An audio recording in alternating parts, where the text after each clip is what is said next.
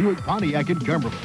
Selno Wholesale, Rexall Diamond Mart, Mr. B Pollen, Woodland Plaza Shopping Center, Harlan, National Electric Services, Harlan Farmer Supply, Harlan LP Gas Company, the Coal Bucket Market at Cold Iron, and by Piggly Wiggly.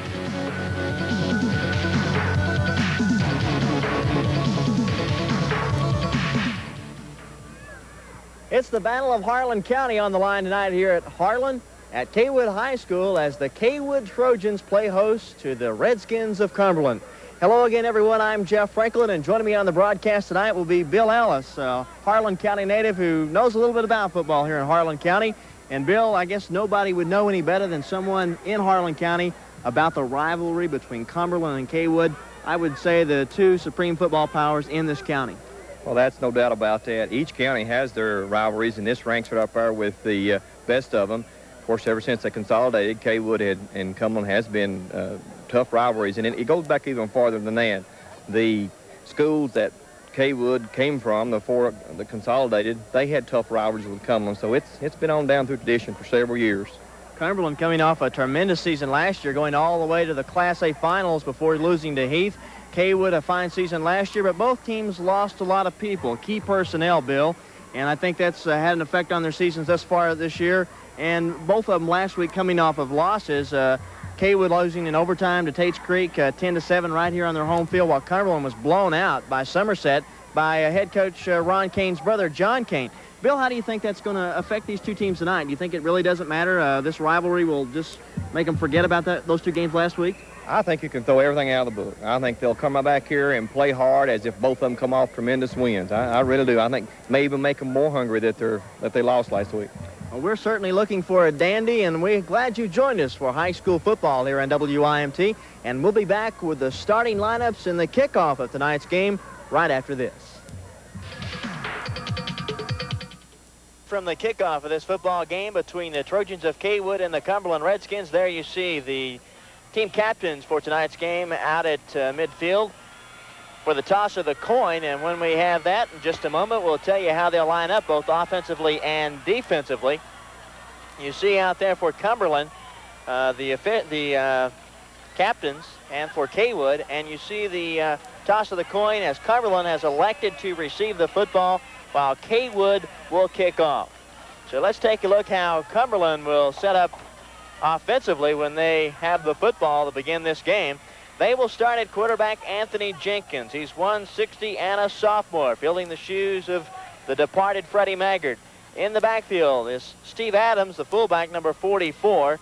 He's a junior, 205. And then Chris Snow is the other halfback, number 41, a senior, 160. And Edward Clark, a senior, 180, number 32. There you see the receivers. Jerry Gillum will be at one end, number 81. He's a senior, 185. And Tyrone Foster, 200 pounds, and a senior at the other end. Across the offensive line for Cumberland, they will look like this. Stacy Bradley will be at the right tackle, number 78, 240 and a senior. The guard is Dale Hawcom, number 68, 230 and a senior. The center is Ronnie Dinsmore, number 60.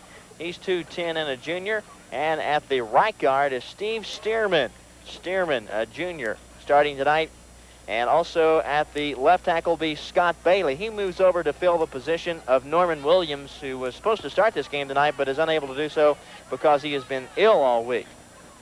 As for the Cawood Trojans and the way they will look defensively for tonight's game, Tim Shackelford is the left defensive end. The left tackle is David Smith, number 71. The nose guard is Waylon Allen. Russ Swim is the right tackle, number 55. And the right end is Craig Simpson, number 82.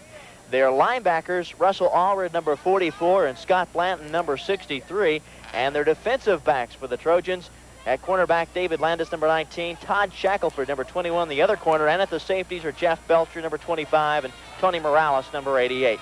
We're almost set for the kickoff of this football game tonight as the bragging rights of Harlan County between Cawood and Cumberland will be decided here in Harlan tonight. And we'll be back with a kickoff and the start of tonight's game right after this. The Coal Bucket, Old-fashioned, baby, the way you like some things to be. Fill up with self-service Texaco fuels. Put your feet under the table for some good eating at the deli. Check out our movie rental selection and shop for low-price groceries. Like the 15-ounce can of Arbor chili with beans for 79 cents. Northern bathroom tissue, 4 rolls, 99 cents. Coke in the 12-pack, $2.89. And the 42-ounce box of Gain detergent, $1.59. Shop for old-fashioned savings at the Cold Bucket Market, Highway 119, Cold Iron. Come by and see the friendly staff at Harlan Farmers Supply, South Main Street, Harlan, serving southeastern Kentucky for 32 years. See Johnny Baker for RCA and Zenith TV, stereo, and video equipment. Ralph Forrester for Hot Point, Frigidaire, and Maytag appliances. Now, with approved credit, purchase all major appliances, TVs, video equipment, and more with no down payment and 1 year to repay, or use the 5% plan. Imagine 1 year of financing for only 5%. Now at Harlan Farmers Supply, Harlan. Sale ends Wednesday. Winter will soon be here, so it's time to think about home heating once again. Harlan LP Gas Company is ready to service your propane heating needs, whether it's filling your tank for winter, servicing your heating equipment, or installing a new Whirlpool heating system in your home. Harlan LP Gas Company, the propane specialist, has served southeastern Kentucky for 40 years. For qualified professional service, call 573-1380 or 633-9464. In her house, and her town, and her world, she will look to us for the comfort and convenience electricity brings to life every day. We are your power company, part of American Electric Power. So behind every person who serves you here, a network of people and power and resources link 7 states. We share the strongest electrical transmission system in the world and a brilliant computer that searches for the most economical energy and delivers it to you instantly. American Electric Power leads the way in coal research, so we'll be able to generate affordable power well into the future. The power you'll need to run your home and keep your family comfortable. All these resources help us bring you electricity that makes life better today and tomorrow and tomorrow.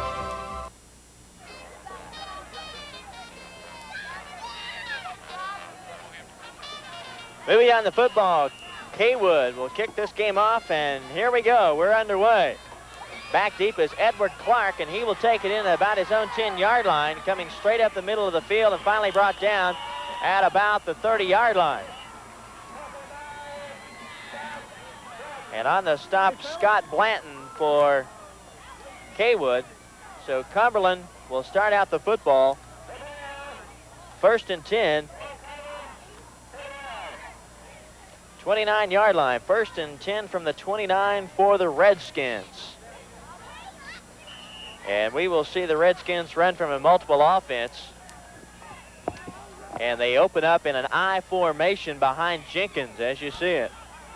Now it's a power I, and the give going to the last man through. That is Edward Clark, the tailback, maybe a couple or 3 yards. And there you see right away Tim Shackford with a stop. You see the intensity and the rivalry in this football game right there, Bill. A lot of excitement between these kids. I think you'll see that all game long, too. They'll go out and they'll play real hard, and they'll line up at the end of the game and shake hands. They give Clark a gain of 4, call it 2nd and 6. There you see the give to Clark where he was able to pick up about 4 yards on that last play as we introduce tonight our new slow-mo instant replay here on WIMT. Back to live action. Cumberland on 2nd and 6. And not much of a gain that time. Waylon Allen, the nose guard, made the stop that time for Cawood. And not much gain there at all. I think it was Clark again on the carry, and he didn't pick up a thing that time. So they're facing 3rd and 6 now from their own 33-yard line. This time with a pro set formation, wideouts, one wide out to this side, and there's a little swing pass and drop in the backfield, and that will be, well, we have flags on the play. That is a... That was a lateral. Lateral. It was behind the line of scrimmage, and it's a live football, and the Trojans have recovered it at about the, looks like to be the 33-yard line of Cumberland. Little swing pass here you see coming up in the backfield. Bill, Anthony Jenkins back to pass. He swung it out there, and it just was dropped, incomplete. The ball was there. It was good. It was a catchable ball. It wasn't a hard ball. And I think he took his eyes off the ball to see where to run. Made a cardinal error that time. Also, there was a personal foul on the play. And I believe it'll go against Cumberland as we see the officials set to mark that off. Let's take a look at our officials for tonight's football game. We have officiating tonight's game here at Cawood High School. We'll take a look at that in just a moment as we see the mark-off going against Cumberland. A personal foul. Tom Hutchins is the referee. Riley Anders is the umpire. Bill Pruitt's the head linesman, and the field judge is David Mosley, and the back judge is Bud Stuber. Now, as Cawood comes on the attack offensively here, they have the ball 1st and 10 inside about the 20-yard line, we'll call it, of Cumberland. And the give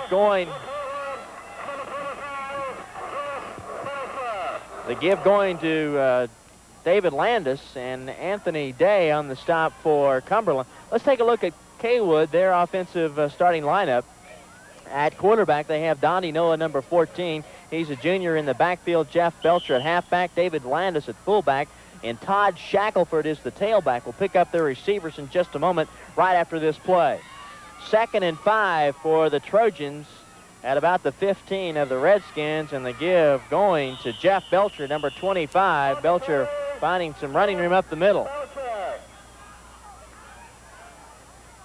Also starting for Cawood, let's check out their defensive alignment, or I should say receivers. Craig Simpson is at one end, number 82. Tony Morales, the other end, number 88. And then across their offensive line, the left tackle is Tim Shackelford. The left guard, Scott Blanton. The center is Russ Swim, and Waylon Allen is the right guard, and David Smith, the right tackle. They're ready to go on 3rd and 2.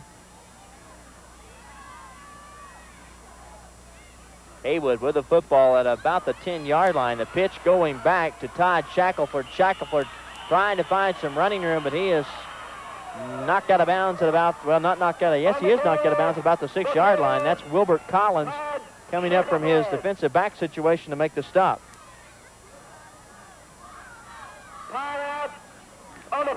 And now there's a timeout. I think we're going to have a measurement. Yeah, they're going to measure. First down. They're going to measure to see if we're anywhere near the first down. The ball inside the 10-yard line, and Cumberland. We'll take a look at the Redskins defensively. There you see the left end Tyrone Foster, the left tackle Trampus King starting tonight. The nose guard Ronnie Dinsmore, the right tackle Greg Stamper, and the right end Brian Andrews. Their linebacking core, Scott Bailey is at one linebacker, number 51, a junior, and then at the other linebacker, Steve Adams, number 44. It is a first down for the Trojans.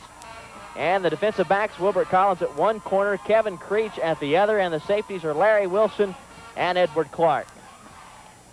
So it's a first down for Cawood at the 6-yard line. Call it 1st and goal from the 6 of Cumberland, as Cawood trying to capitalize on an early turnover in this football game by the Redskins.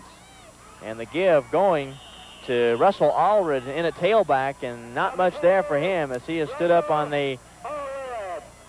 by Steve Adams as one of the linebackers, as well as the left defensive side of the Redskins defensive line. I think it was a pickup of about 2 yards that time. Cawood being inside the 10. Here you see the give going to Russell Allred, and Allred being pushed back by a host of white jerseys. Also in on the play there, you see Tyrone Foster coming over from his left defensive end position. Back to live action now. A gain of 1 on that last play, and busting all the way down to about the 1-yard line. Running hard for the goal line, but being stopped short of the goal line. Let's see who's coming up off the bottom of the stack. I believe that's David Landis. It sure is. Landis won the carry. And he gets it all the way down to about the 1, looks like, where they put it down. So a gain of about 4 on the play, and Scott Bailey coming up from the linebacking position to slow him down before he crossed the goal line. And a fine defensive stand that time by the Redskins. 2nd and goal from the 1 for Cawood. And there's the pitch, and going over top and in for the touchdown is Russell Allred. And the Cawood Trojans have hit the scoreboard first here in this football game. Cawood taking advantage of an early break there on the swing pass. Ball's fumbled. They recovered it on Cumberland's 15-yard line and punched it on in. Big break for them this early of the game. Certainly is. It comes with 7:21 to play here in the first quarter. Weather conditions heading into tonight's game before we take a look at that touchdown. Clear skies, cool tonight, probably the coolest night of the football season, a temperature of 48 degrees and the winds out of the southwest at about 9 miles per hour. So a very, very comfortable fall evening for football. We're ready to try the extra point attempt. I believe Craig Simpson, number 82, is in to try that extra point attempt. It's down, it's up, it looks like it's through the uprights. It is, and we have a flag on the play, so apparently we'll have a roughing the kicker, I guess you would say, and that'll be assessed after the extra point. It's probably the holder. He just came crashing on in and didn't even make any attempt to stop.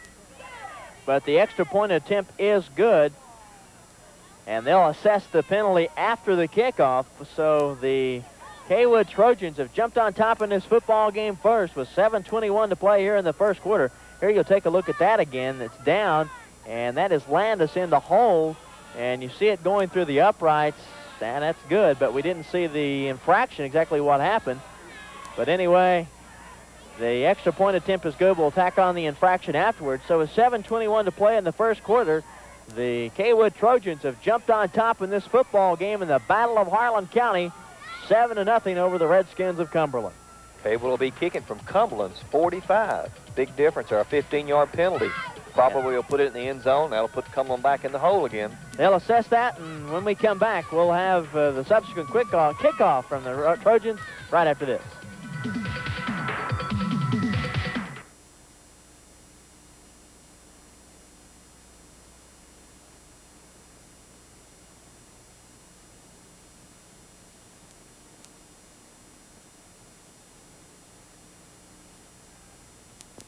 And back deep is Edward Clark, who hauls it in at about his 5-yard line. Knocked to the outside, still on his feet, and finally brought down. Edward Clark, fine run back for the Cumberland Redskins. Takes it out to about his own 25-yard line, looks like, so a good return. Cumberland needs to come out here now and establish a little game. Whether or not they score, that of course that'd be important, but they need to put together a good drive now and get the momentum going back. They put it down at the 28, 1st and 10 for Cumberland. And this time we see a power I formation once again as we see that multiple offense from head coach Ron Kane. And the give going to Clark. Clark across the 25 all the way up near the 30-yard line. Edward Clark, lots of running room. David Landis coming up from his defensive back position along with Tim Shackelford from his defensive end position. Edward Clark, the leading ground gainer on this club for the Redskins. He's carried the ball 55 times thus far this season for 309 yards. That's about 5.5 yards per carry. He also has a couple of touchdowns. They give him a gain of 8 on that last play, and there again we see the power I formation in the pitch going back to Clark. Clark fighting just to get back to the line of scrimmage that time. Not much there for him. Cawood held that play up just fine. They tried to go around the end and played some good defense that time. Number 82, Craig Simpson, in on the stop. Craig Simpson coming up to slow Clark down. Clark was trying to get to the outside, and they say he lost a yard on that play. On that play. Cawood plays some excellent defense. They held a powerful Tates Creek team last week. They lost 10-7, but they really played some good defensive ball. That game 10-7 in overtime. And I guess you saw that game last week here, Bill. I'm sure it had to be a tough loss for the Trojans. It was. They played hard, but they had their heads up at the end of the game. So it was a good game, excellent game. We see a straight T formation this time by the Redskins on 3rd and 3, I should say. And there's Jenkins on the pitch back to Clark. Clark has the first down and more.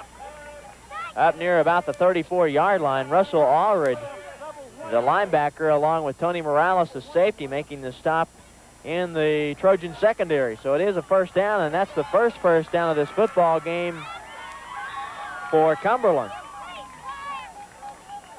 Clark is being the workhorse of the game so far. Of course, you pointed that out. He's got a high average, and he's been the workhorse in the games in the past.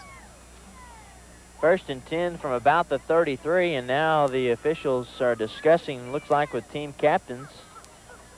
What do you think they're discussing here, Bill? I don't know, unless it's, you know, let's keep the spirit as spirit, and let's don't let it get out of hand. And exactly. Probably would be what he's telling both team members right then. And that's the way it should be. Certainly. We saw a spirited game played last week in the rival of Perry County, MC Napier and Hazard, a game without incident. We hope tonight's game will be the same here in Harlan between Cumberland and Cawood. Power I formation from the 33, first and 10 for the Redskins, and Jenkins to Clark again. And Clark, with lots of running room, gets it up to across the 40-yard line, maybe to about the 42. David Landis came up to slow him down, along with Jeff Belcher from the safety position. Gain of about 9 yards, 8 yards that time. A gain of 8, they call it, and puts the ball over the 40, about the 41-yard line, where it'll be 2nd and 2 from the 41. They need to get to the 43 for the first down. There you saw the gain by Edward Clark, and again he gets the call. He has been the workhorse, and I think he has a first down and more that time. The nose guard, Waylon Allen, along with David Landis, brought him down, but I tell you what, he's a tough one to bring down. He's quick, he's fast, he's a crafty runner, isn't he, Bill? He's a bruising runner, too. He gets his yards tough, and when you tackle him, you know that you tackled somebody. That's another first down. They're second in this drive. First and 10 from the 43, well, let's call it the 46-yard line, I guess we should say. And the give, again to Clark. Clark, about the only man to carry the football in this game for Cumberland. That's Scott Blanton, the linebacker. One of the linebackers brought him down that time, but not till after he was in Cawood territory. Ball now about the 46-yard line. They give him a gain of 7 on that one. He's going to have some yardage before this night's over, Bill. Absolutely. He'll have close to 100 yards. He keeps this up at halftime. 2nd and 3 from the 47 of Cawood. That time Clark stopped at the line of scrimmage, but that second effort gets him up to about the 43. And that is Craig Simpson, along with Landis, bringing him down that time. I think we've got another first down this time. It is another first down. That's the third in this drive. The drive that started on about their own 28-yard line. Clark is a punishing runner, but now if you'll notice, the line of Cumberland, he's running behind some pretty big guys. That's true. That line of Cumberland, well, we'll talk about it in just a moment, but they do have some hosses on that line, Absolutely. as they say. First and 10 from the 43, and again Clark, and there to get him from behind, coming up to make the play, Todd Shackelford. And then Shackelford got some help from number 88, Tony Morales, who came up from his safety position. They maybe got a couple of yards on the play. They actually hit him probably in the backfield. And his Pyre, he came up, I think he's going to give him a yard. But he got that on his own. They give him a yard, call it 2nd and 9 from the 47 of Cawood. Coming showing fast this time. They have 3 wideouts, trips to this side, and before this play gets off, Cumberland calls a timeout. Head coach Ron Kane going out on the field to talk with his quarterback Anthony Jenkins. Maybe a bit of confusion as far as the play call. So Cumberland calls a timeout. It comes with 2:50 to play in this first quarter of football from here at Cawood High School in Harlan. And it's the Trojans of Cawood leading the Cumberland Redskins 7-0.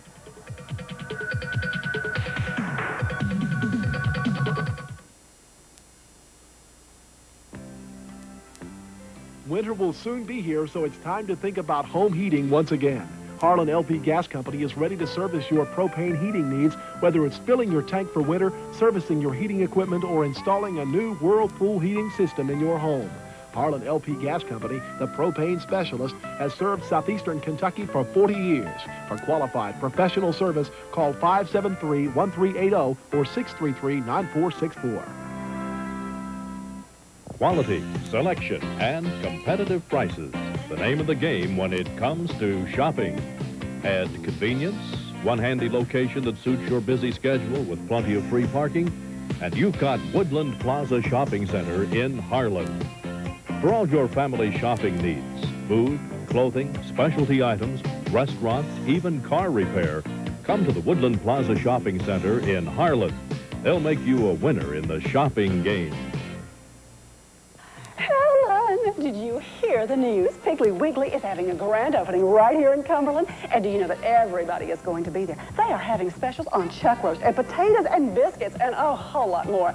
Now, I wanted you to know, Helen, because usually you are the last to find out anything in this town. You know that Mabel says that Piggly Wiggly has the absolute lowest food prices in Cumberland. And they are giving away balloons and carnations and all sorts of wonderful prizes. So Piggly Wiggly's grand opening, an event worth talking about.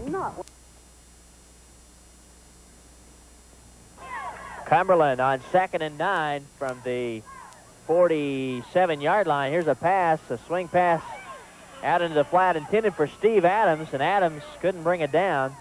Actually, the pass might have been a little poorly thrown that time, but Jenkins, too. He had to throw it over the outstretched arms of Craig Simpson, probably about 6'3", and he had to kind of loft it up, and it was a very hard catchable ball. Brings up a 3rd and 9 situation. Also gives us a chance to tell you about our game next week.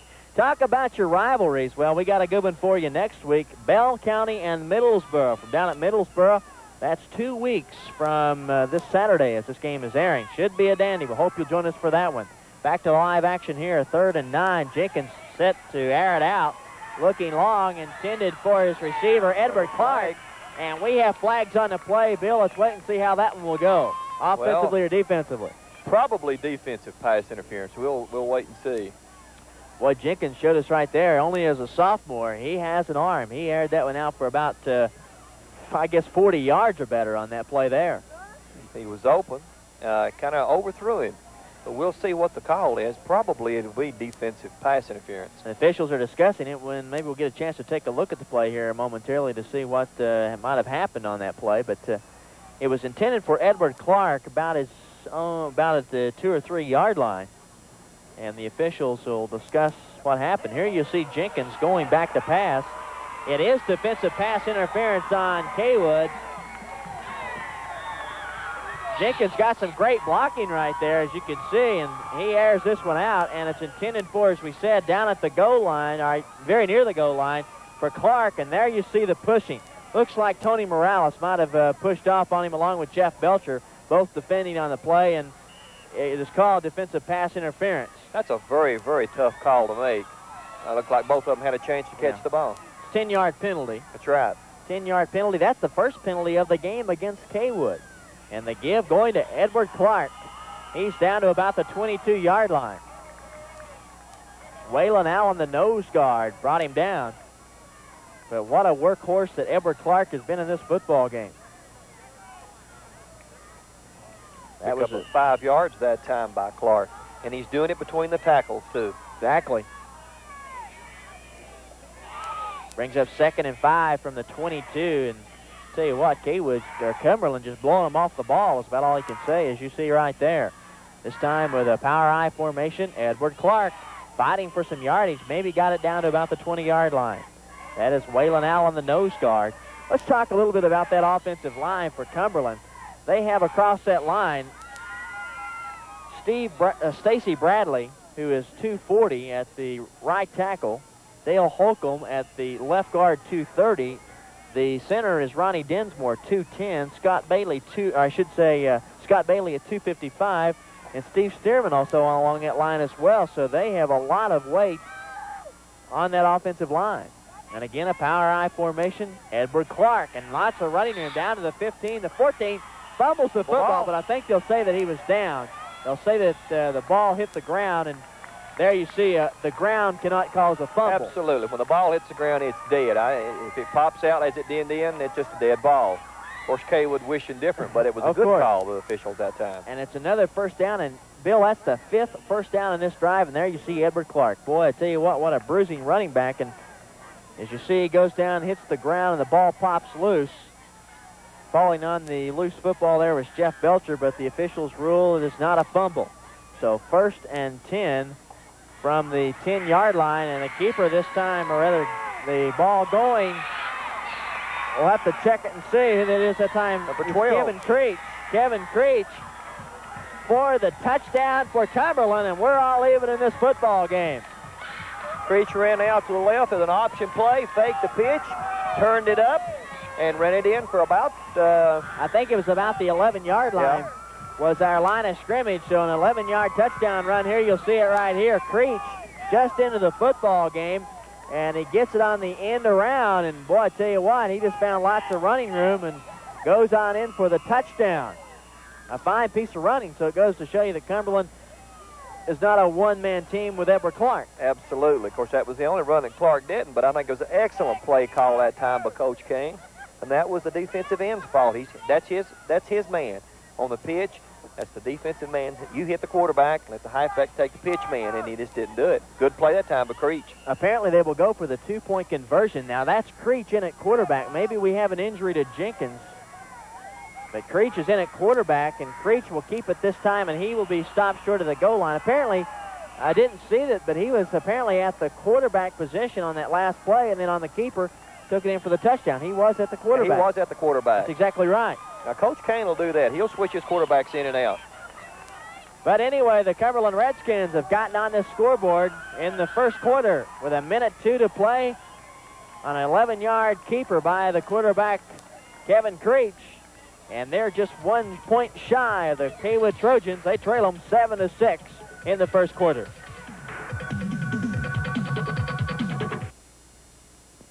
Listen to the heartbeat of America.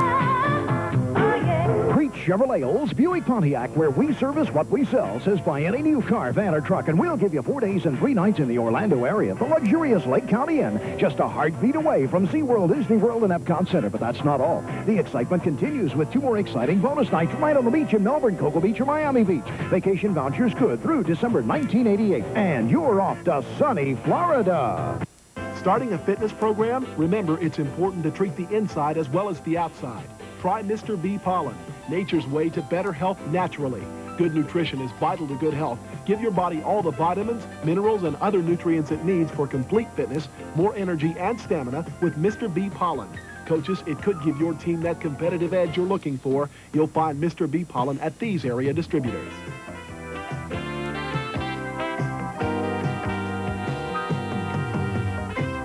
Fall is an exciting time to explore the world of jewelry. Now Rexall Diamond Mart in Cumberland features lovely gifts you can offer to your friends and family with confidence this holiday season. Luxurious 14-karat gold chains in yellow or white, perfect for men, women, or children. Exquisite gemstone and diamond rings. The elegant simplicity of quality cultured pearls. Gold wristwatches, plus class rings in many styles. Choose excellent jewelry gifts of good taste this fall at Rexall Diamond Mart in Cumberland. Since 1971, Morgan County and thousands of visitors have celebrated the annual Morgan County Sorghum Festival. The mule-drawn cane mill, steaming vats, and little brown jugs of sorghum molasses set the stage for 3 full days of Kentucky heritage. Live music, a parade, the Old Country Store, and many arts and crafts displays fill West Liberty with sight, sound, and excitement. Come and join us September 25th, 26th, and 27th for a taste of pure Kentucky. It's the Morgan County Sorghum Festival. Don't miss it. 7-6 your score, and Cumberland set to kick off to Cawood after the touchdown run by Creech. And to kick it off will be Craig Simpson, number 82, as you see him lined up. And back, I should say, Tim Lewis, is that right? Set to kick it off? 82, I believe it's 82. Freddie Brown. Okay, it is Freddie Brown. I'm sorry, you're exactly right. And on the run back. Excellent run back here. Wide open space along the right sideline, and that running the football back is Tony Morales, and Morales found all kinds of running room along that sideline. About a 40-yard run back that time. He picked the ball up on his probably 10 and ran almost to the 40-yard line of Cumberland. Excellent run back. Probably never veered 3 foot by the time he picked the ball up right up the right sideline. There you see Morales taking it in, and boy, I tell you what, he just found all kinds of running room along that sideline. If nothing else, he just outrun everybody, and there you see one of the last men to get to him and bring him down is the punter, Freddie Brown, who we didn't give proper credit to. We all failed to correctly identify him. And the give going in the backfield, that is Todd Shackelford, and not much for Todd. Maybe a gain of 1 on the play. That last drive by Cumberland covered 72 yards and 11 plays. They capped it off on the 11-yard run by Creech. Tackle made that time by Greg Stamper at his left defensive tackle. Cawood with the football, a gain of 1 on that last play. As time, this will be the last play in the first quarter of football. If they get this one off, which they should, 10 seconds to play, and the give going to Landis. And now the give going to Shackelford again, and that will, it's David Landis getting up off the bottom of the pile, and Steve Adams on the stop, and that will be the end of the first quarter of football from here at Harlan. As you see the give once again, David Landis crashing into the line and not getting much yardage there. I tell you what, that defensive line of Cumberland has really started to stiffen, especially after that touchdown. Well, no, it's a power eye once again, and the pitch going back to Shackelford. Shackelford turning the corner, gets to the outside, has the first down and more inside about the 30-yard line, where Edward Clark made the stop from his safety position. Pickup of about 11 yards that time. Good play. He turned the corner, going around the left side, and made a good gain out of it. They mark him down at the 30-yard line. So it is a pickup of 11 on the play. And it'll be 1st and 10 from the 30. Cawood with another first down. Their second in the football game. Pitch going back to Shackelford. Shackelford trying to get to the outside. Don't think he got much that time. On the stop that time is Steve Adams, one of the linebackers who brought him down. 1st and 10 from about the 11-yard line for Cawood. That's the second turnover in this football game on Cumberland. They fumbled the football on their very first series of the game, and that time they throw the interception. That time on the carry was number 21, Todd Shackelford. Picked up about 3 yards that time.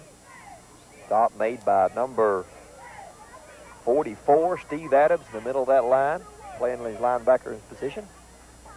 Now you see a shot of the Cumberland sideline and head coach Ron Kane.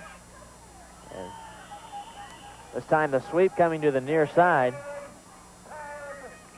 Todd Shackelford on the carry, and on the stop for Cumberland is Scott Bailey, the linebacker, making the hit on the play. A pickup of about 4 on the play. Shackelford taking around the right end and saw something inside and cut it up and made a nice little gain of 4 yards out of it.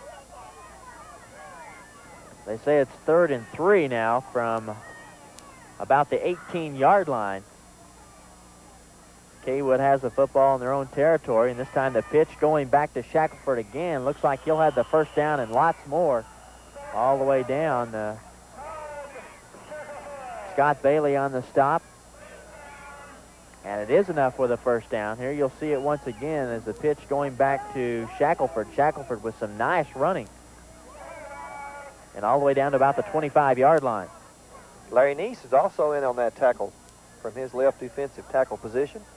We've got a timeout. A timeout in the football game as you see the Cawood bench. 5:19 to play here in the first half of football.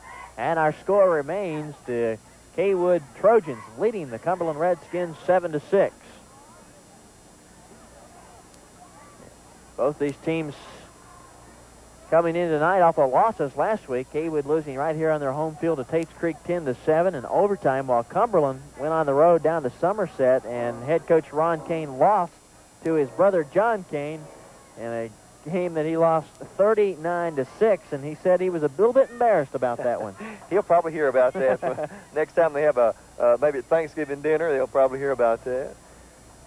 But you talk about two coaches coming into this game tonight with experience. Head coach Jim Cullivan of Cawood, who's been here now in his 8th season, 9 seasons overall, while Ron Kane is pulling his second stint as head coach at Cumberland. And boy, I tell you what, they have a tremendous amount of experience. there you see the Class A standing in which Cumberland plays in, their district. And they sit on top of that district, Bill, with a 2-0 record. Well, even though their record is 2-3, their wins have been district wins. Of course, that's what counts when the playoff comes around. Their wins over Lincamp and Everts, and coming up on their schedule, the Redskins have some other district games yet to come. They will play October the 2nd at Williamsburg. These are all at home. And October 23rd, Pineville, and October 30th, Harlan. So the rest of their district games are at home. That's got to be their advantage. Absolutely. 1st and 10 for Cawood at about the 25-yard line. Their own 25-yard line. And Noah looking to pass, looking downfield, intended for, and incomplete. It was both the receivers in the area, Tony Morales and Craig Simpson, at about the 35-yard line, but it fell incomplete. Well, both of them were looking over their right shoulder going down, and when Noah threw the ball, it was a catchable, very catchable ball, and by the time Morales turned around to see where the ball was, it just went right between his hands.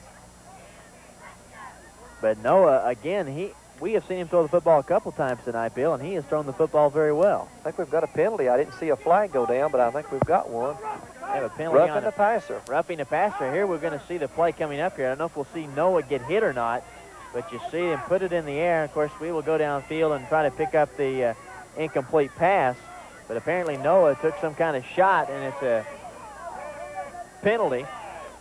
Well, we certainly saw the ball leave his hand, and with no defensive person around. And of course, once that ball leaves his hand, then you cannot hit that quarterback. For the most part, this has been a penalty-free football game. That one against Cumberland, another 10-yarder. They've been penalized 3 times for 30 yards tonight, while Cawood's been penalized only once for 10 yards thus far in this game. So both teams playing a pretty good game offensively, or I should say without free of errors. They give that time going back to Shackelford. Steve Adams, along with Edward Clark, brought him down at about the 45-yard line. Pickup of about 6 yards that time. There you see the flag here at Cawood High School. The temperatures tonight about, as we said coming in, about 48 degrees. I don't think it's gotten that cold yet, Bill. It may get colder later, but no wind as you saw the flag. And here's that last carry by Shackelford. Shackelford running hard. Steve Adams, along with Edward Clark, on the stop. A gain of 5 on the play. Call it 2nd and 5 now for Cawood from their own 45-yard line. The pitch back to Shackelford. Some nice running as he cut it back to the inside, but there to grab hold and bring him down was Scott Bailey. Also in on the stop that time was number 40, Brian Andrews. A nice piece of running, gets it down to about the 48-yard line and enough for a first down. Now let's give this Cawood offensive line some credit, too. They're opening up some fine holes for their backs to run through. Exactly. Against, as we've discussed before, a pretty doggone big line. Their line looks like this. Cawood with Scott Blanton at one guard, 150. The other guard is Waylon Allen, 190. They don't have quite the poundage Cumberland has, but they're still pretty big anyway, Bill. There comes Belcher in motion. Then they have the I formation with the slot, and the give goes to Belcher, and Belcher fights it all the way down to about the 43-yard line. Stop made that time by number 79, Greg Stamper from his right defensive tackle. Pickup of about 5 yards. Kind of a cross-buck action play as you see through there. He lines up on the right side and comes back across. More like a trout play, I'd say, to try to get some yards, and he picked up a pretty nice game. 2nd and 6 now from the 43. And we have a flag on the play as the ball carried that time by Belcher, but we'll have to wait and see what the flag was about. Adams, the linebacker, making the stop on Belcher. But let's see if Cawood might have been off sides or might have jumped off sides, might have had motion. As the officials discuss the situation with the Cumberland team captain. And this one will obviously go against Cawood. Maybe a holding call. I didn't see the preliminary call when they first done it. It's going to be a 10-yarder marked off against Cawood. That's only their 2nd penalty in this football game. Penalized twice for 10 yards. It is holding, Bill. Takes it back to about their own 49-yard line. Will bring up a 2nd and 15. 3:15 to play here in the first half of football. Cumberland and Cawood and the Trojans leading the Redskins 7-6. And thank you for joining us here on WIMT for high school football action. I'm Jeff Franklin along with Bill Ellis as we bring you the Battle of Harlan County tonight between Cumberland and Cawood. And on the pitch, back loose football and being chased for out of bounds. Looks like Landis might have fallen on it. Shackelford was the ball carrier. And apparently it was a live football when it was loose there, Bill. I think they hit him, yeah, and he hadn't gotten down yet. Landis making a good play. Always has been around the football. Here we'll see it again. Right here. The pitch going back to Todd Shackelford, and Shackelford trying to get to the outside. Wilbert Collins, I should say, number 10 there, and then he finally is knocked out of bounds, and there you see Steve Adams, and the ball gets loose, but I think David Landis will beat Dinsmore to the football. He does. So Cumberland strung the play out. Excellent time. Would not let him cut up the field for the game. They retain the football. They have it second, or I should say 3rd and 10 from their 48. They get back to the 48-yard line, and they give that time going to Shackelford and Ronnie Dinsmore there to bring him down. But it brings up a 4th down situation. Now we'll see whether or not Coach Coleman will go for this or he'll kick. With a minute, 50 seconds, he probably will go for it. He talked a little bit earlier about their field goal kicker that they lost from last year. They nicknamed him Bigfoot. And he's gone from last year, and there are a lot of situations. He said last week in that game against Tates Creek, if he had had him last year, he would have easily won the football game because he was in field goal range. Absolutely. But this time they'll punt it away, and that's doing the punting is Craig Simpson. He's angling toward the sideline, but Clark takes it in at about his 10 and gets it up to about his 30-yard line before he is brought down. Clark made a pretty dangerous play that time, catching that ball on the run. All he has to do is fumble it, or it falls through and kicks his foot, then it's anybody's ball. But he made an excellent play and made a good run back. So Cawood punts it away to Cumberland, and the Redskins will take over. It's going to be interesting to see whether Coach Kane plays it conservative or whether he's going to air it out and try to score again. Well, they have it 1st and 10 from their 32. A clock winding down with a minute 20 to play here in the first half. Let's see what they do. They have the power I formation, and the give goes to Edward Clark, and well, I guess that's about as conservative as they have been all night long. Craig Simpson making the stop for Cawood because they've kept it on the ground all night long to Edward Clark. Absolutely. He's had so far in this football game, what, 17 carries? 18 carries? 18 carries. After that last one, which he picked up about 5 yards on. 2nd and 5 from the 37 now for the Redskins, and there you see Clark again, the workhorse. Russell Allred, the linebacker, making the stop that time on Edward Clark. This time a fake, and Jenkins keeps it looking, now cuts it back up. What yardage he can pick up, he does it on his own, and a pretty good job. Stop made that time by number 82, Craig Simpson, and number 63, Scott Blanton from his linebacker position. And it's enough with a 1st down. Another 1st down for Cumberland. That is their 8th in the first half. They picked up 5 in that one drive that they scored on, so it's another 1st down. 1st and 10 from the 38. Wide out to this side. Wide out, well, 3 to the far side, 1 to the bottom. And a quick pass over the middle, complete to Tyrone Foster, and Foster's taking red jerseys with him. Foster's a big man to bring down. About 6'3", probably goes about 210. Jeff Belcher, one of the guys who made the stop, but that will be the end of the first half of football as Cumberland just runs out the clock, and we have played one half of football from here at Harlan in Harlan County, Cawood, and Cumberland, and it's the homestanding Trojans leading the Redskins of Cumberland 7-6.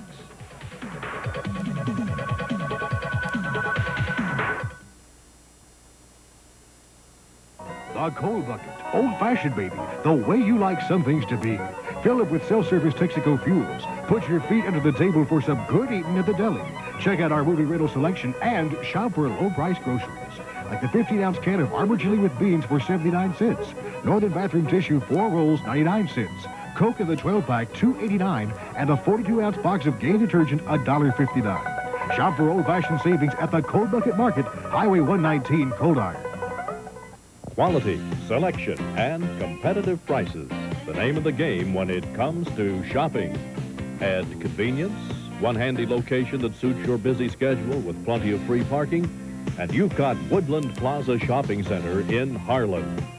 For all your family shopping needs, food, clothing, specialty items, restaurants, even car repair, come to the Woodland Plaza Shopping Center in Harlan. They'll make you a winner in the shopping game. Come by and see the friendly staff at Harlan Farmers Supply, South Main Street, Harlan, serving southeastern Kentucky for 32 years. See Johnny Baker for RCA and Zenith TV, stereo, and video equipment. Ralph Forrester for Hot Point, Frigidaire, and Maytag appliances. Now, with approved credit, purchase all major appliances, TVs, video equipment, and more with no down payment and 1 year to repay, or use the 5% plan. Imagine 1 year of financing for only 5%. Now at Harlan Farmer Supply, Harlan. Sale ends Wednesday. Don't miss the 5th Annual Letcher County Mountain Heritage Festival, September 18th to the 27th. See the stock car races, softball tournament, street dances, a pig roast, beauty pageant, nature hike, talent show, the womanless beauty pageant, a carnival, gospel singing, tennis tournament, arts and crafts, food booths, free concerts with Bill Monroe and Larry Sparks, the Mountain Heritage Parade, a money giveaway, Kids Day. Whew, there's just too much to mention at the Letcher County Mountain Heritage Festival.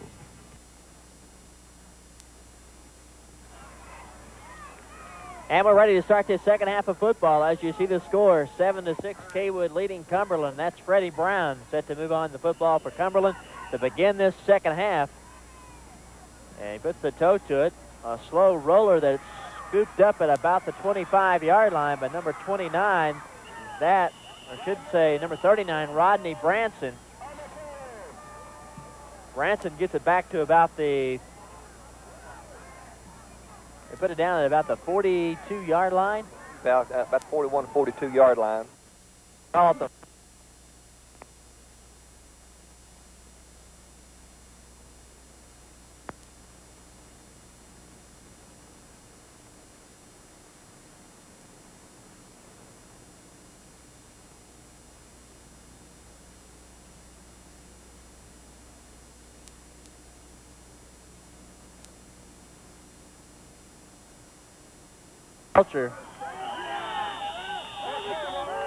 Belcher up to about the 45-yard line. Tyrone Foster, the defensive end, slowed him down. Also Ronnie Dinsmore, the nose guard, who's been on a lot of tackles tonight. There you see us from our dashing into the line for whatever he could find, and not a whole lot there. Well played first half of football. Both teams scored in the first quarter. Cumberland unable to tack on the two-point conversion that they went for. As you see Belcher coming in motion, the pro set formation, and somebody moved, and that somebody is the right guard, Waylon Allen, number 68. And that will be encroachment against the Trojans. They'll be assessed a 5-yard penalty. A little anxious on that play to get out and get his block. We'll bring up 2nd and 17. As the ball goes back now to about their 39-yard line. Actually, on that last carry, Bill Belcher, instead of picking up yardage, lost a couple of yards, so they say. Stats in the first half, we'll take a look at those in just a moment, but without a doubt, Edward Clark with the big stats for Cumberland, carrying the football as much as he did in the first half. I should say 2nd and 12. To the 2nd and 17. It was a gain of about 3 on the first carry by Belcher. That time Landis tries to get it up near the 45, and Steve Adams making the stop from the linebacking spot, along with the other linebacker, Scott Bailey. How about those first half statistics, Bill? How did it look? Of course, you said it right on the nose. Clark, 18 carries for 69 yards. Creech had 1 carry for 12 yards, which was a touchdown. And for Cawood, Shackelford being the workhorse, 11 carries for 48 yards. 7 for Belcher, 3 for Allred, and 13 for David Landis. So a gain of about 5 on that last carry by Landis brings up 3rd and 7 from the 45. The pitch coming back to Shackelford, and Shackelford's not going to find a thing. Boy, I tell you what, he is snowed under by a whole bunch of white jerseys. just pick them out. Krampus King, one of them, number 76, along with Ronnie Dinsmore, and a whole host of white jerseys. You might say the entire line made that stop. Exactly right. But they do give him a gain to about the 46-yard line, 47 we'll call it. Here we'll see it again. And boy, watch the convergence here by the Cumberland defense. Boom, 1, 2, 3, 4, 5 men in there just driving him back, and everybody's piling onto it. Back to live action now as they will punt the football away. That's Craig Simpson angling for the sideline. I think they're just more or less than anything trying to kick it away from Edward Clark. That's true. But Clark takes it in and finds some running room along the sideline, and he is knocked out of bounds at about the 35-yard line. Nice return by Edward Clark. Of course, that was a good play. There was no use to let it bounce anymore. There wasn't any defenders close enough to him to cause a fumble, and he wasn't going to catch the ball in there, so he let it bounce, but it bounced right to him. He picked up and a nice return out of it.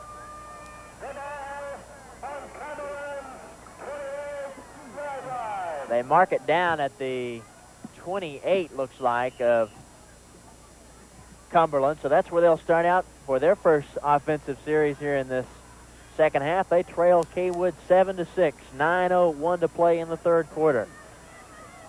The Battle of Harlan County tonight here from Harlan, Cawood, and Cumberland. Thank you for joining us. They give to Clark, and Clark is caught from behind the line.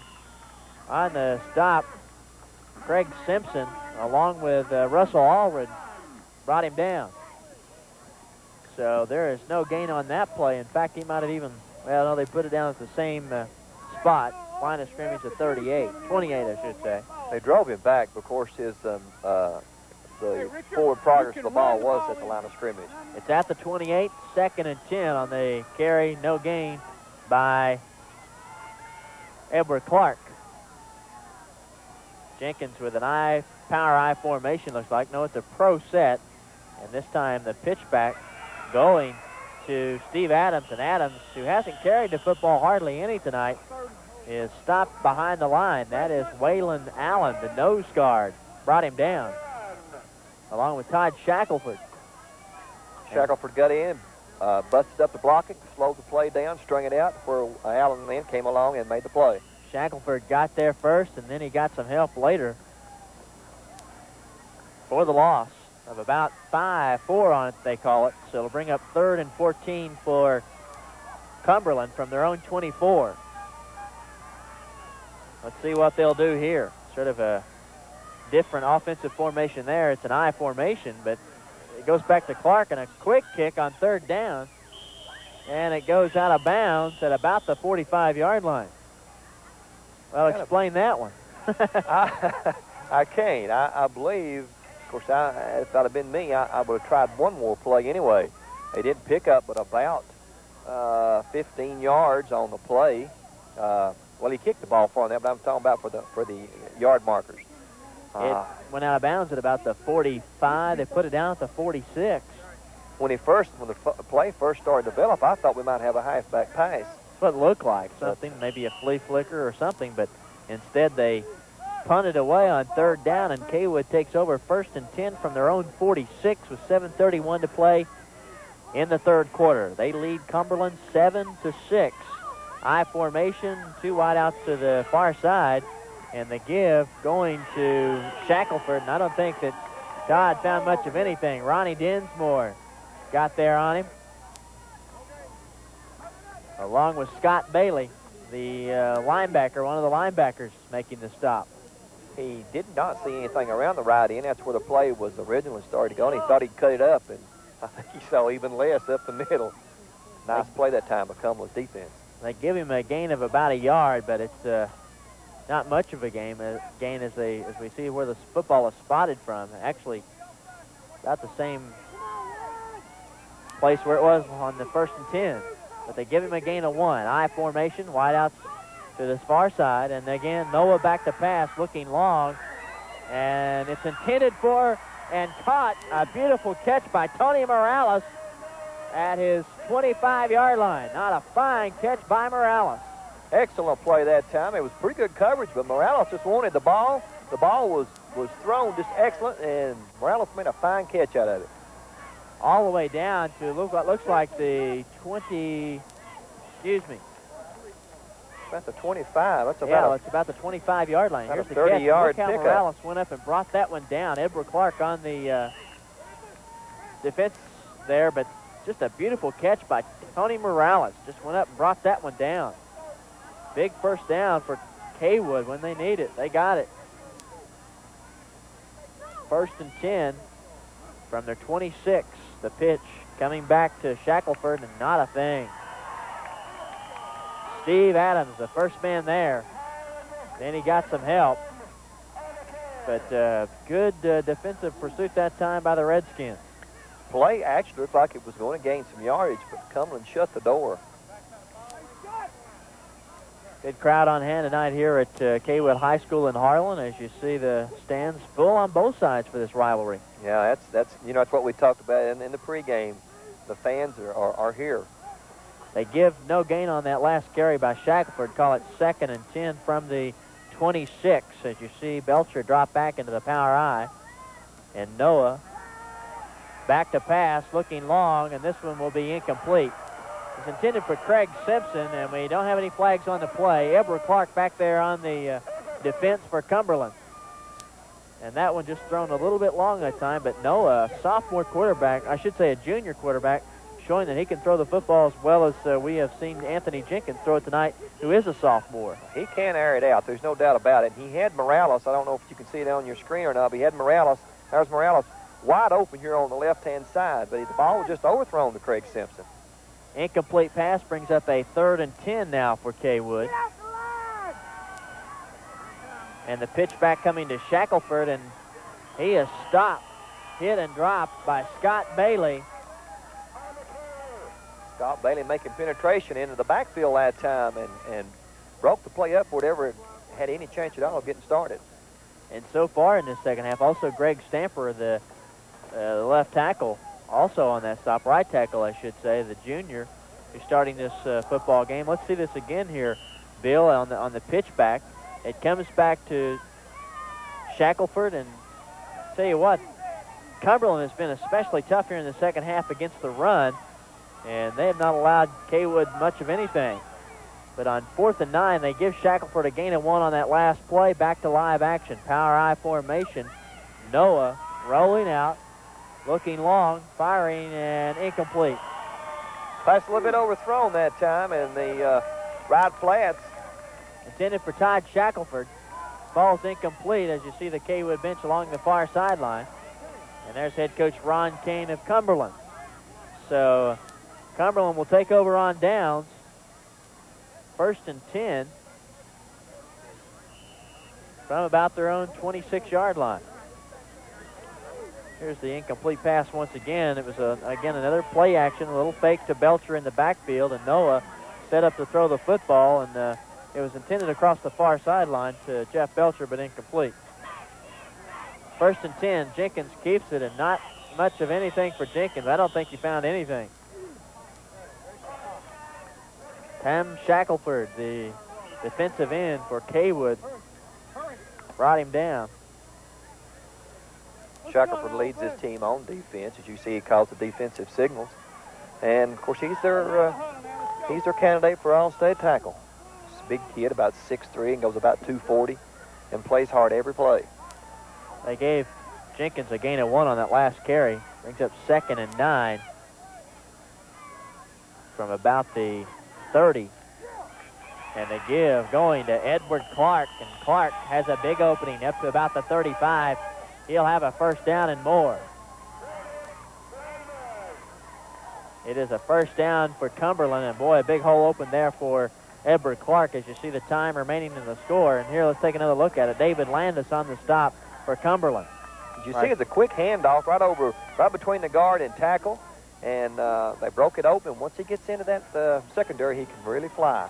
I mean to say David Landis for Cawood on the stop instead of Cumberland in that secondary for Cawood. And there's another big opener to Clark. He's up across midfield. Boy, what a workhorse. That's Jeff Belcher in the secondary, the safety. Probably made a touchdown-saving tackle right there. Morales hit him, and he just bounced off Morales, and Belcher got him around the ankles. Of course, that was basically the same play that ran last time, just a guard tackle play. Just some excellent blocking on the line of scrimmage. That went all the way into almost, well, it is, the 49-yard line. A gain of about 16 that time on the carry by Clark. 1st and 10 from the 49. Edward Clark, boy. 2 first downs in this drive. This time the give going to Steve Adams. Adams trying to fight for some yardage. He's not going to get much. Brought back by Tony Morales along with Todd Shackelford making the stop. As you can tell, Cawood is bunching their defense up. They'll have 11 men probably within 6 yards of the line of scrimmage. And then Coach Kane probably will pitch it to the outside with Clark and use his speed to try to get around the end. They give him a gain of 2 on the play. Brings up 2nd and 8 from the 47, we'll call it. This time the power I formation as we get back to live action. And Jenkins rolling will keep it on the option, and he is stuck and met there by the nose guard Allen. 5'8", 190 and a junior making the stop from his nose guard position. And they maybe give him a gain of 1. We'll call it a gain of 1. I really don't understand that call. I think I'd be running Clark because Clark has got the ball up here. He made 2 excellent runs. I would use him till he'd stop the play. You know, even if they guess Clark, they still got to stop him. That's right. And they have to be looking for him just about every play. Exactly right. Again, the power I formation. And that's Clark on the power I to the right, and Jenkins will roll out. Now he fires it to Chris Snow, who hauls it in, and he's down to about the 30-yard line, 35-yard line, where he's knocked out of bounds. A nice reception by Chris Snow, and he gets it all the way down into Cumberland territory at about their own 36-yard line. That's where they put it down. He did make a nice reception. The pass was kind of low, but he went down and got the pass. Of course, you see Jenkins is looking down the field and nothing available, so he just swings it over here to Snow. Of course, Snow now is carrying that ball kind of loose, and I don't think Coach Kane likes that too much, but he made an excellent play. 1st and 10, a pickup of 10 on that pass play. And the give going to Clark this time. Not much there for Clark on that carry. Blanton made the stop on Clark that time. They give him 2, however, on the play. The 2nd and 8 from the 34. You see the standings that Cawood plays in that 3A district, and they played only 1 game and lost that one to Bell County in that district, so they're about middle of the pack there. They've got some district games coming up. We'll talk about their games coming up in just a moment. Jenkins looking to pass, looking long, intended for and picked off in the end zone. That is Jeff Belcher picking it off right at the goal line, and that's where they'll mark it down, Bill. And that's going to be a tough break for them on the reception. It would have been better if his momentum would have carried him into the end zone, and then they could have brought it back out to the 20. Yeah, well, Belcher didn't know where he was, and, you know, I think he did the right thing. Of course, they want that ball any time they get it. It really backed them up in a hole, and as big as this Cumberland is, we'll see if Cawood can punch it out and get a little field room. Speaking of Cawood, let's take a look at their district games coming up in this Class 3A district that they play in. They have games coming up down the road in their district with some tough opponents in that district. We'll take a look at that in just a moment. 47 seconds to play in the 3rd quarter. 1st and 10 from their own goal line.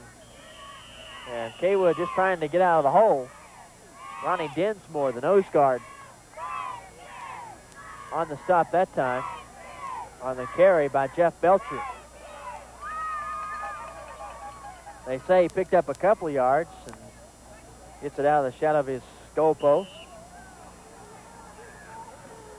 2nd and 8 from the 2 for Cawood. And they are deep in their own end zone, or I should say shadow of their own goal post. 2nd down from their 3.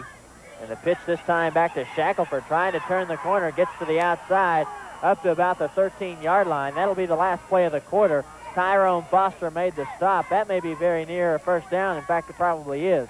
But we'll have to change ends and find out. And while they do that, we'll step out. After 3 quarters of football from here at Cawood High School in Harlan, our score remains Cawood 7 and Cumberland 6.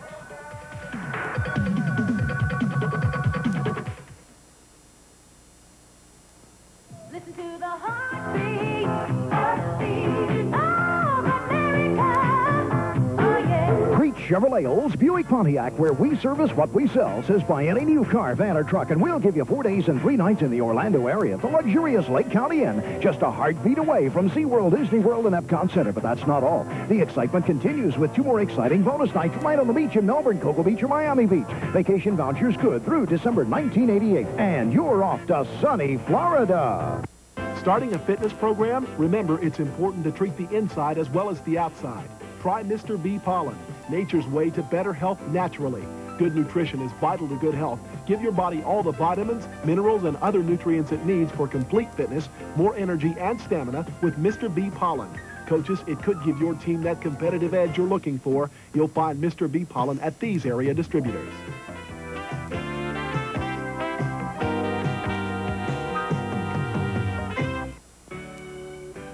Motor stalled? Don't despair. National Electric Services in Harlan can repair electric motors of all types and sizes.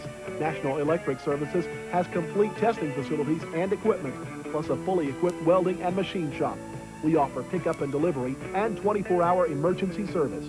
Get your motor running again. Contact National Electric Services, Highway 840, Harlan. Call 606-573-1450. Look it up. Cello Wholesale in Cumberland adds new meaning to the word savings with our big truckload sale going on now. This living room suit now just $4.95, and this one now only $8.95.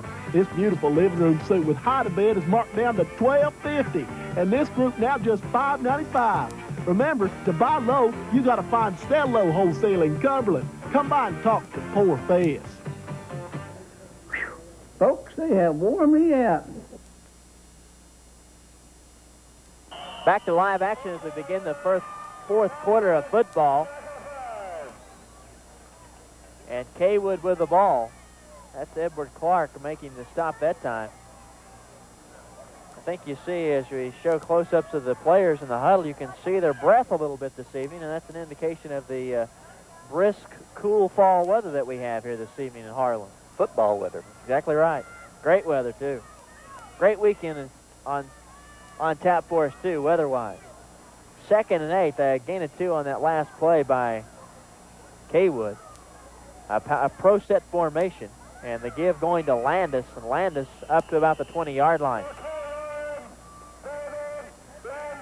There you see Ron Kane, the head coach of the Cumberland Redskins, in his 4th season at the helm of the Skins.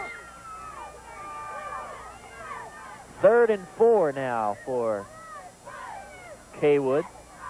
Power I formation, and the give going to Shackelford, trying to get outside, and in hot pursuit and bringing him down is Brian Andrews, number 40, the 185 senior. Swung him outside and brought him down. I don't know if you picked up a yard or 2 or not on that one, Bill. I think we may have a measurement here. I don't know. Yeah, we're going to have a measurement. Going all the way across the field on that. It's kind of hard to look across the field with the rise of the field the way it is to tell whether or not it's a first down. There you see the good pursuit by Adams, who brought Shackelford down on that play, and they will measure it to see how close they are to a first down. They needed 4 for the first down. As you see the change at about the 15. And the Redskins have held, apparently. Brings up a 4th down situation. I'm sure Coach Cullen's going to punt this ball. He's not going to get an explosive team like Cumberland to have the ball that deep in his territory. Backed up deep in their own territory. They will punt the football away, I'm sure. Coach Jim Cullivan, in his 8th season at Cawood, 9 overall, and He's been coaching a long time, Bill. He, in fact, at one time was the head coach at Murray State University, his alma mater, where he played college football. That's true. This Cawood team, you have to beat them. They're fundamentally sound, and they're going to play the old 3 yards in a cloud of dust, as the saying goes. But they are fundamentally sound. You have to beat them. They very seldom beat themselves. Coach Cullivan played in the 1949 Tangerine Bowl, he told me, at Murray State. And guess who he lined up across from? No idea. Hoffs Cartwright. The late Dan Blocker, he told me. There's a punt that'll be off the side of the foot of Simpson, and we'll still get a nice roll out of it. Rolls all the way down to about the 32-yard line where it's blown dead. So a pretty nice punt by Simpson all the way down to the 32. And Cumberland will take over. 10:22 to play in this football game, and Cumberland backed up at their own 32, trailing 7-6. I'm sure they'd really like to get something happening here, Bill. Well, Cumberland is just punched and run up and down the field and up and down the field, but they fail to do the main thing, and that's get across that goal line. And turnovers again have been a problem. They turned the ball over 3 times, twice in the first half, and then a turnover here on their last drive really hurt them. 1st and 10 from their own 32. And a give to Clark, trying to get to the outside, and shakes a couple of tacklers, but finally there to bring him down was Tony Morales, the safety, who finally brought him down at about the 36-yard line, looks like. He looks like he managed to pick up about 6 yards on it, so he fought and scrapped for everything he got there. I think we had a little discussion that time about a possible face mask. You'll see it coming up right here, but right there, but he turned loose. He didn't hold on. So looks like he had the top of the helmet anyway there. Maybe didn't even have the face mask. I'm sure Coach Kane would like to have that penalty. Oh, yeah. 2nd and 4 from the 36 now for Cumberland. This is a big drive. They need to sustain a drive and score if they want to get back in this football game and win this game. And Steve Adams busting up the gut that time for about 3 or 4 yards. He'll have a first down. Tim Shackelford brought him down, but it's a first down for Cumberland. Now we're getting late here in this 4th quarter, with 9 minutes to go, and Cumberland behind. And they're going to have to, unless they really break one, they're going to have to sustain this drive and score. 1st and 10. Ball at the 43-yard line. And the give that time to Adams, and Adams up near midfield. Brought down there by Scott Blanton. Coach Kane gets you looking for Clark, and then he busts Adams, which is not a bad runner in his own right. Big kid, busted up over the left tackle, left guard. Adams picked up about 5 that time. Call it 2nd and 5 from the 48, and very methodical and keeping the ball on the ground. And this has been successful for them all night long, so this is what they're going with here. 8:27 to play in the 4th quarter. They give to Clark. Clark fighting across midfield into Cawood territory. The nose guard, Allen, making the stop that time on Edward Clark.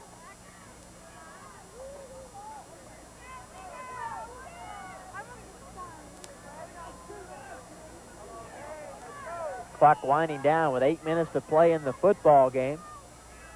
Cawood leading 7-6. We have not seen any scoring since the 1st quarter in this game. A lot of defense, a lot of good defense by both clubs. Clark that time on the carry right up the middle, and he has a first down all the way down to about the 43. David Smith made the stop that time for Cawood. Also, this has been we talked about it in the first half. It's the first down at the 45. It's been a very penalty-free football game. In fact, we haven't even had a flag thrown in the second half. That's true. They're just playing good, hard, aggressive football, that's what both coaches know. 1st and 10 from the 45. 3rd down in this drive, picked up by Cumberland. And there's Adams that time. He did not want to go down. Adams is a big back, power back. Adams also plays at one of the linebackers, making the stop to Simpson for Cawood. Steve Adams, 205, and just a junior. And they give him a gain of 1 on the play.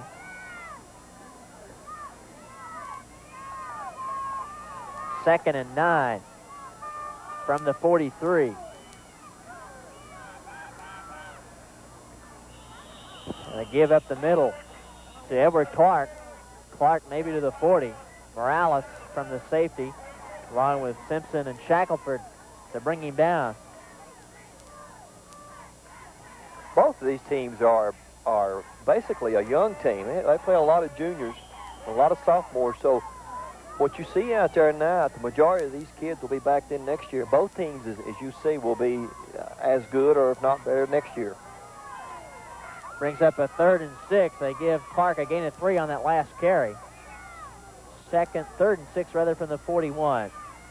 Power I formation. And Jenkins looking to pass. Rolling out to his right. Now he'll tuck it under his wing and try to cut it upfield. And making the stop is David Smith. And a loss of about 2, looks like. And they will have to either punt the football away or maybe go for it on 4th down here. Looks like he's got his punting team in. Jenkins will come out of the game as you see Jenkins rolling out. And Jenkins trying to tuck it up and run, but David Smith dropping him. And there's the punt. Off the toe of Jerry Gillum. And Belcher calls for the fair catch. And Cawood has the football, and well, if they can just grind it out here and hang on, they can win this game. About 2 first downs. They'll run a lot of time off the clock now. As far as I remember, Cumberland has all 3 of their timeouts left. And with a change of possessions, a chance for us to step out real quickly. 5:23 to play in the football game, and Cawood leads Cumberland 7-6.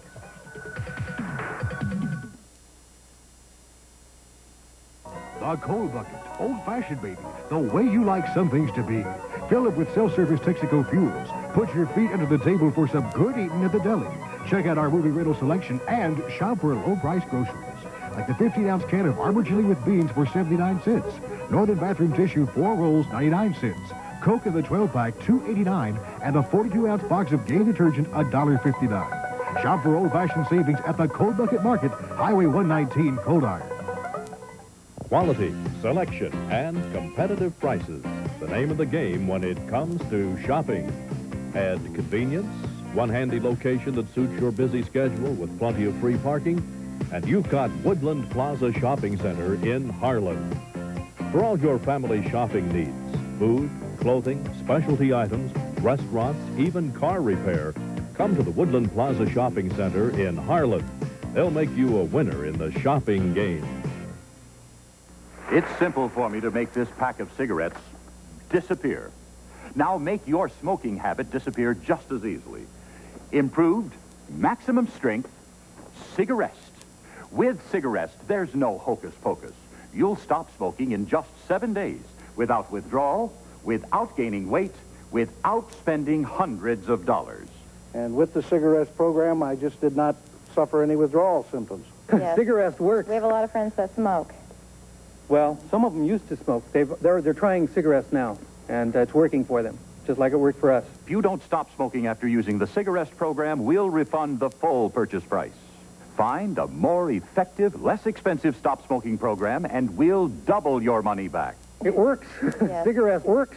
To quit smoking, call toll-free 1-800-453-5700 or send $19.95 plus $4 postage and handling to Cigarest, Box 4444, Carlsbad, California, 92008. Third, fourth. Cumberland punting the football away to Cawood, and Cawood has it back, and there's a stop. Shackelford. They had the football at about their own 22-yard line. And good pursuit that time. How many times can you call on your defense as Greg Stamper made the stop that time? Cumberland's defense has played so well in this football game and given their offense the opportunity, but they have not been able to capitalize. Well, I'm sure, as we've said before, that a lot of these kids are playing both ways, offense and defense, and you know they're going to be getting tired here, and we've already seen a couple of instances of cramps, and that could take some kids out. They're going to have to be sure and punch it over. Cawood's going to have some yardage here, and of course Cumberland's wanting to get in there and hold too. 2nd and 12. They lost a 2 on that last carry by Shackelford. 2nd and 12 from right at about the 22-yard line. And there's a pass, incomplete, intended for number 88, Tony Morales. We'd like to recognize a member of our WIMT staff who's working his final game with us this evening, and that is our man running the sideline camera up and down the field tonight. There he is. Pancho, as we fondly call him, Alvarez, leaves us tonight. And Pancho, good luck to you as you move along to, well, he goes back to his home state of Indiana to do the same thing he's doing for us here. And we certainly wish Pancho a lot of luck in his new endeavor back in Noblesville, Indiana. 3rd down and 12. And dropping back to pass Noah. He's in trouble being pursued, but gets it off. And incomplete. Boy, a nice diving attempt to catch the football, that time by Tony Morales, but Morales couldn't haul it in. But boy, he gave it an all-out effort, didn't he? He sure did. He's a good kid. He plays that way all the time, and the last 2 passes have been to him, and they've been slightly overthrown. I believe I would have been running the ball and running some time off that clock. Of course, Coach Cumberland has got some tremendous respect for his defense, and we saw a classic example of that last week in the Tate Street game, so maybe he's just going to rely on them. But now this Cumberland team is a very explosive team. Brings up a 4th down, and that's one thing that he was concerned about this week. Talking to him this week, he was concerned about the big play that Cumberland can make, and you know that they can do it by this man right here, Edward Clark. Takes that one in at about the 48-yard line, gets it down to about the 42, 43, where he's knocked out of bounds. So Cumberland gets the football back with 4:23 left in the game, trailing 7-6. Of course, now that was a good play on his part to run out, stop the clock. I don't know whether he was thinking of that or not. I'm sure he was, and he got as much as he could, and then stepped out of bounds. 1st and 10. They had the football from their own 40, or I should say from the Cawood 43. So a big series here for Cumberland. Power I formation, and about dropping back to pass is Jenkins. He swings it out in the flat to Chris Snow, and Snow is going to be dropped for a big loss. About a 7-yard loss. He brought back to about the 48-yard line. That is Craig Simpson there to haul him down. Looking for a little flare out, maybe a possible screen, and of course Simpson played it excellent and turned a possible gain into a big loss. Drops him back to about the 48-yard line. This possibly could be the final time that Cumberland will get the ball, too. That's right, could be. We thought maybe last time, but Cawood unable to sustain much of a drive. They have 3 wideouts to the far side. There you see the nice play as Snow is brought down. And there's a pass that falls incomplete. That was intended for Edward Clark, but we have a flag on the play. And we'll hold the phone and see what happens. We'll probably go against Cumberland for holding at the line of scrimmage. That's where it went down in the vicinity, as you see them talking to Craig Simpson. Now, he might take this down. Now, I see Coach Cumberland pointing back. He's wanting them back. That would have made it pretty interesting. 3rd down and about 15, but he'd rather have the yardage than the down. I believe it was Flanker was offside. He was in motion before the ball was snapped. So it's a 5-yard penalty. That's the first time we've seen any a penalty, a flag in the second half. A 5-yard penalty against Cumberland for man in motion. Takes it back to about the 47-yard line, their own 47, and brings up 2nd and 22. 3:31 to play in the football game. Cumberland trailing Cawood 7-6. And Jenkins on the draw play to Clark. Big opener up the middle, all the way down to about the 40-yard line. Good play call there as Todd Shackelford along with Tim Shackelford making the stop on Edward Clark. Pickup of about 15 that time by Clark. All the way down to the 40-yard line. So about a 12-yard pickup by Edward Clark, a nice gainer. And we have an official's timeout because of a leg cramp that time, I believe, to Edward Clark, who was slow getting up on the play. So with a break in the action, we'll step out as well. 3:13 to play in the football game, and Cawood still leads Cumberland 7-6.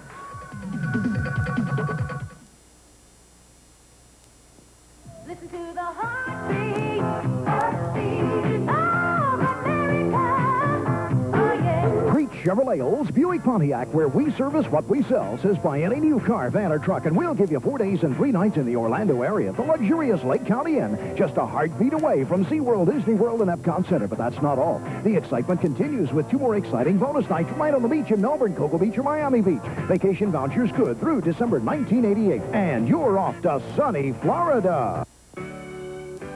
Motor stalled? Don't despair. National Electric Services in Harlan can repair electric motors of all types and sizes. National Electric Services has complete testing facilities and equipment, plus a fully equipped welding and machine shop. We offer pickup and delivery and 24-hour emergency service. Get your motor running again. Contact National Electric Services, Highway 840, Harlan. Call 606-573-1450. Look it up. Cello Wholesale in Cumberland adds new meaning to the word savings with their big truckload sale going on now. This living room suite now just $4.95, and this one now only $8.95.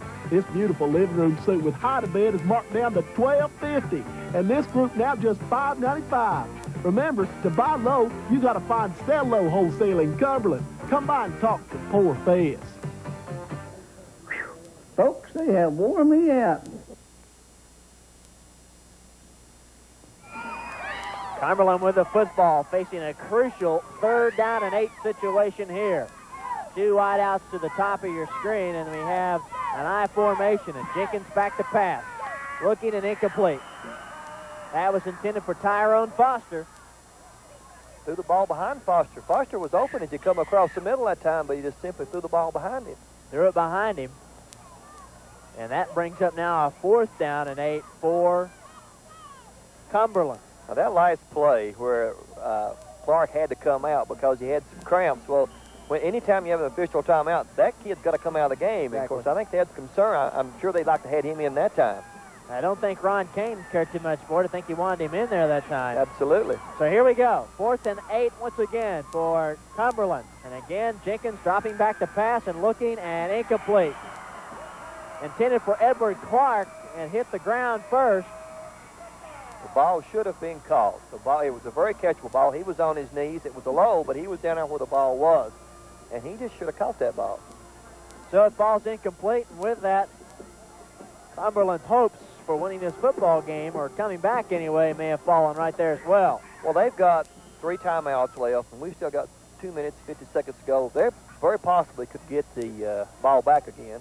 It just all depends on what Cawood can do with it. They can get a couple of first downs, this game's over. And if Cumberland's defense rises to the occasion like they have all night long. 1st and 10 from their own 40-yard line. Landis with a power I formation, and the give goes to Belcher. Belcher up to about the 45-yard line.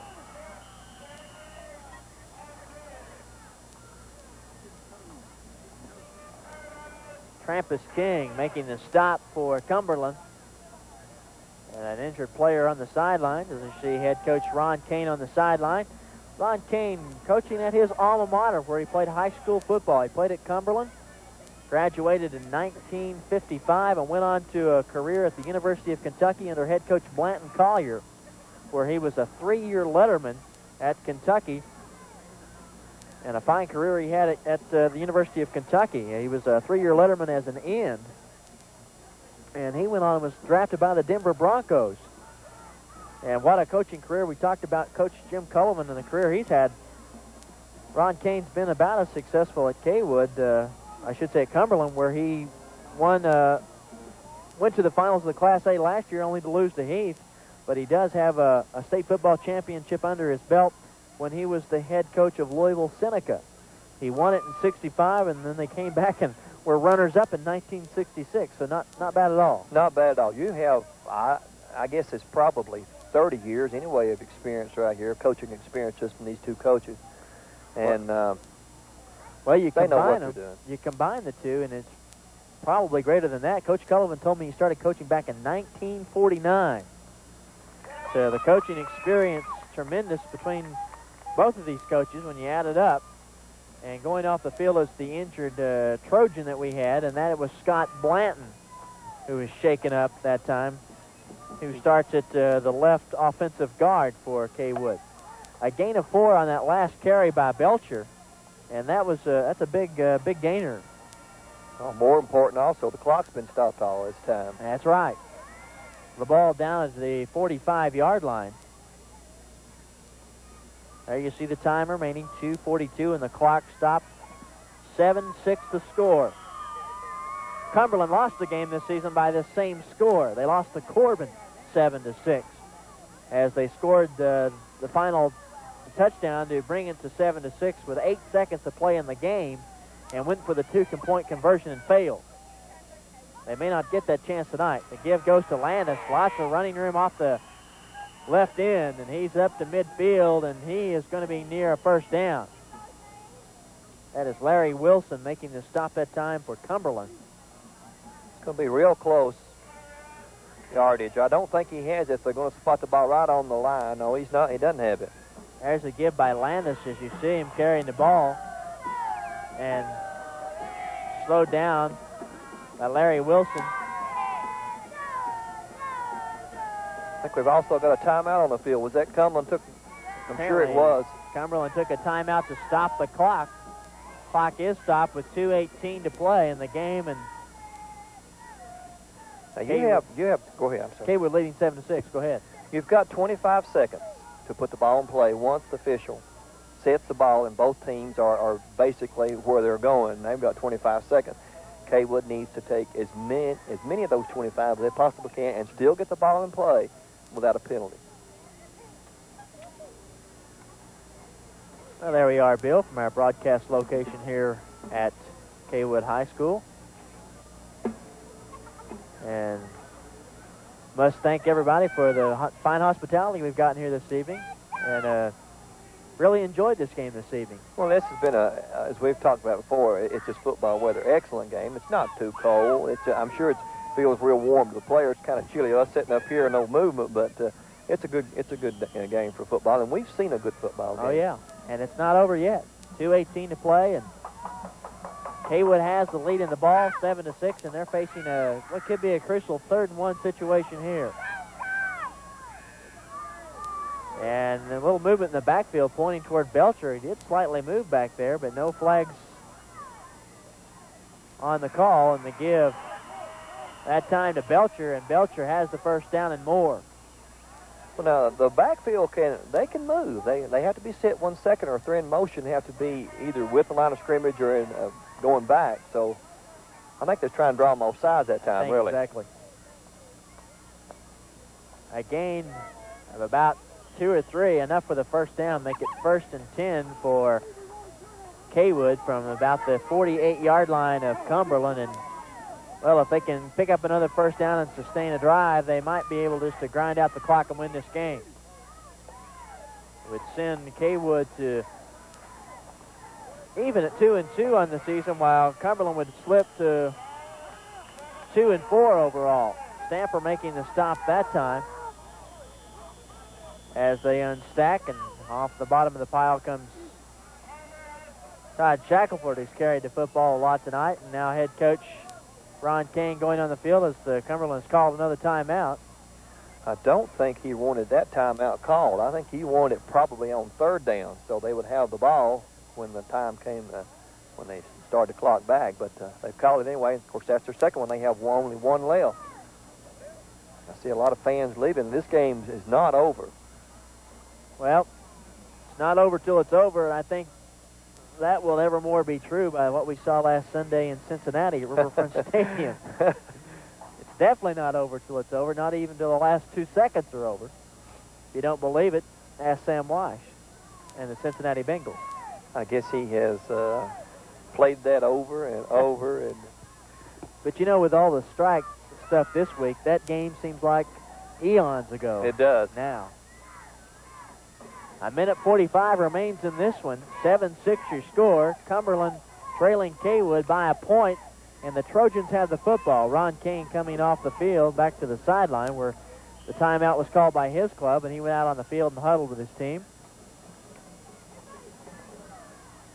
And Cawood facing 2nd and 10 from the Cumberland 48-yard line. Pitch going back to Shackelford. Shackelford, there's a flag on the play. That will probably go against Cawood for holding. We'll wait and see about that. As you see Shackelford knocked out of bounds on the far sideline. Ronnie Dinsmore, number 60, there on the stop. It was certainly in the area of holding, and he threw it at the lineman. So I think that's what it is. It looks like Cawood is backing up, but I don't think they're going to take the play. I mean, the penalty. I think they want the down, which is a pretty smart thing from Coach Kane's part. They declined the penalty. There was no gain on the play, so it bring up 3rd down. If they took the penalty, that would give them another down. That's another 25 seconds. That's right. So the smart football here would be to decline the penalty, take the down. And apparently that's what Ron Kane will do. And there was no gain on the play that time either. So if they can hold them here, they could conceivably get the football back again. That is if Cawood decides to punt on 4th down. 3rd and 10, a minute 40 to play in the game. Clock will not stop until the ball is snapped. Crucial down here for both Cawood and Cumberland. Let's see what happens. That's Belcher in motion as he goes to the power I position, and the give going back to Shackelford, and Shackelford is stopped. Ronnie Dinsmore, the nose guard, slowed him down along with Greg Stamper, number 79. And apparently Cumberland takes their final timeout, coming with a minute 32 in the football game. And there you see Shackelford trying to cut it back inside. He's tripped up and finally brought down. Dinsmore, along with Stamper, hauling him down. Of course, Cawood, I'm sure, is going to punt this ball, and Cumberland will get it back, and not real good field position unless they have a good run back. It'll be probably on their 20 or inside the 20. And Cawood now relying on their defense to hold Cumberland.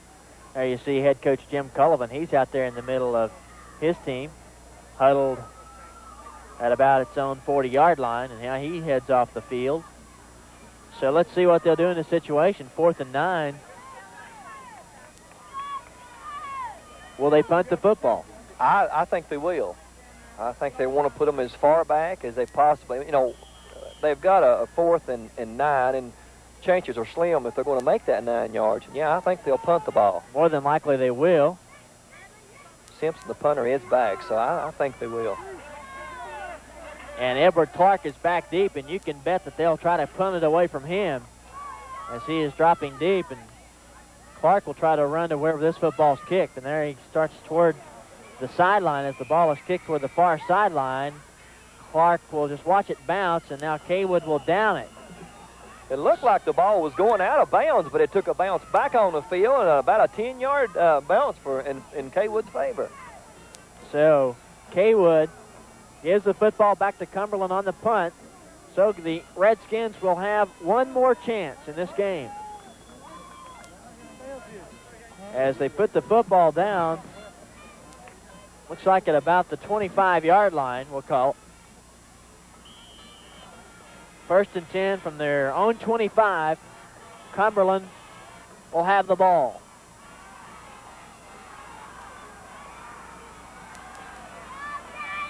Clock moving now with a minute 11 to play in the game. Cumberland will have to go 75 yards. That's Jenkins. He's in trouble now. He's being slung around and finally brought down. Off the bottom of the pile, David Smith, along with Russ Swim, to bring down Anthony Jenkins before he could even get the football away. Jenkins, you see, dropping back here, and had pretty good protection for a while. kind of fell down. They play an excellent defense downfield. There's nowhere to throw the ball. That's right. He just had to more or less eat it that time. Looks like a loss of about 10 on the play. Takes it back to the 15-yard line. Or brings up 2nd and 10 from the 15 for Cumberland.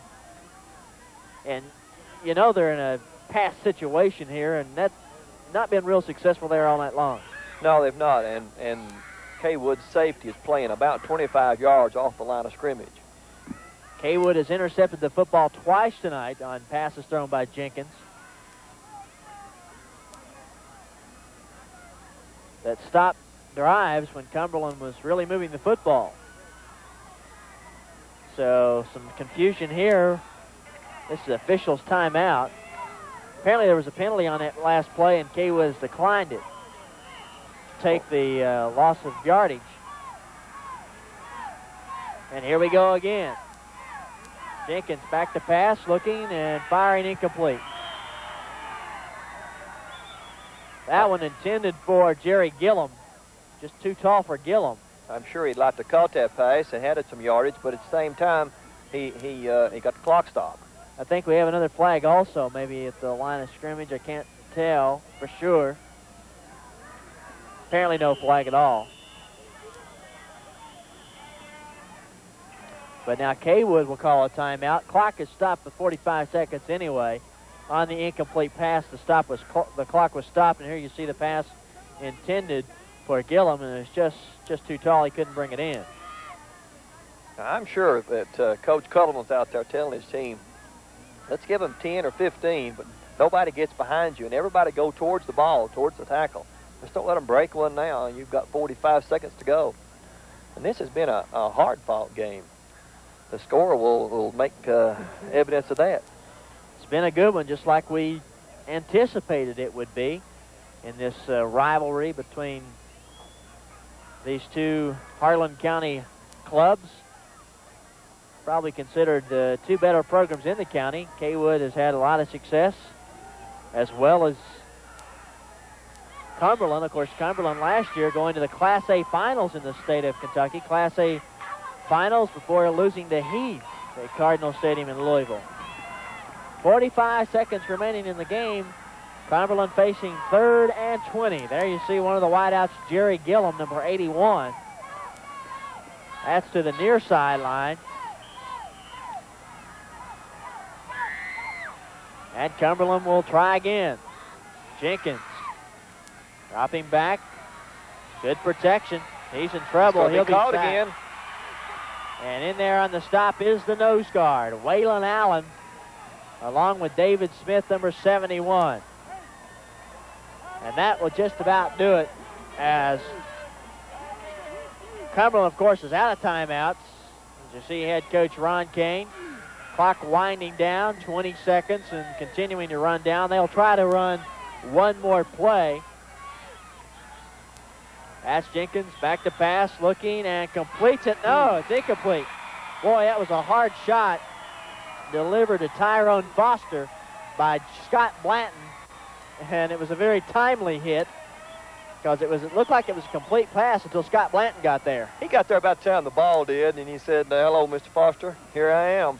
And you see the fans starting to leave here at Cawood High School as here's the pass over the middle. Now watch this. It's a nice catch, and then boom, hello. Scott Blanton knocks the ball loose from Tyrone Foster. It's an incomplete pass.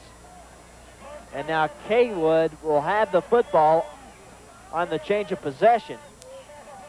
They will have to run one play since the clock was stopped on the incomplete pass. They can run one play, and I'm not sure where the ball is. The ball's on about the 10-yard line, close to it. Well, 5 seconds remaining in the football game. And with the 5 seconds remaining, let's step out before the final play of this game. Once again, the score, Cumberland and Cawood, and the Trojans have it 7-6 with 5 seconds remaining. Come by and see the friendly staff at Harlan Farmers Supply, South Main Street, Harlan, serving southeastern Kentucky for 32 years. See Johnny Baker for RCA and Zenith TV, stereo, and video equipment. Ralph Forrester for Hot Point, Frigidaire, and Maytag appliances. Now, with approved credit, purchase all major appliances, TVs, video equipment, and more with no down payment and 1 year to repay, or use the 5% plan. Imagine 1 year of financing for only 5%. Now at Harlan Farmer Supply, Harlan. Sale ends Wednesday. Winter will soon be here, so it's time to think about home heating once again. Harlan LP Gas Company is ready to service your propane heating needs, whether it's filling your tank for winter, servicing your heating equipment, or installing a new Whirlpool heating system in your home. Harlan LP Gas Company, the propane specialist, has served southeastern Kentucky for 40 years. For qualified professional service, call 573-1380 or 633-9464. How'd your local supermarket become Piggly Wiggly? First, they took off the old and signed up the new. Then they raised their standards and stuck to low prices. They freshened up, beefed up, speeded up, dressed up, and fired up. They developed. They bloomed. They rolled. They cased the place and turned the tables. Went big, went small, and brought your town a whole new bag. And that's how your local supermarket became Piggly Wiggly. Come shop at the new Piggly Wiggly in Cumberland. Listen to the heartbeat of America. Oh, yeah. Crete Chevrolet Olds Buick Pontiac, where we service what we sell, says buy any new car, van, or truck, and we'll give you 4 days and 3 nights in the Orlando area at the luxurious Lake County Inn, just a heartbeat away from SeaWorld, Disney World, and Epcot Center. But that's not all. The excitement continues with 2 more exciting bonus nights right on the beach in Melbourne, Cocoa Beach, or Miami Beach. Vacation vouchers good through December 1988. And you're off to sunny Florida. Well, there you see the clock. They have to wind it back down. Apparently, the clock was all the time expired on the clock, and actually there should be some time put back up there because Cawood will have the football back with 8 seconds left and another shot at about the Cumberland 5-yard line. I'm sure they're going to be content with let's just don't fumble the ball. Let's get it and kneel down, Cumberland out of timeouts, and they can't stop the clock. They'll probably just be happy to do that. Noah will just probably kind of drop down on one knee behind his lineman after he takes a snap here. That's what he does. Actually, gets a little tangled up and goes down, and that'll be the last play of the game as Cawood has survived in this football game here before the home crowd, defeating the Cumberland Redskins by a score of 7-6 as Cawood now improves its record to 2-2, 500 on the season, while Cumberland now has lost its 4th football game of the season and slips to 2.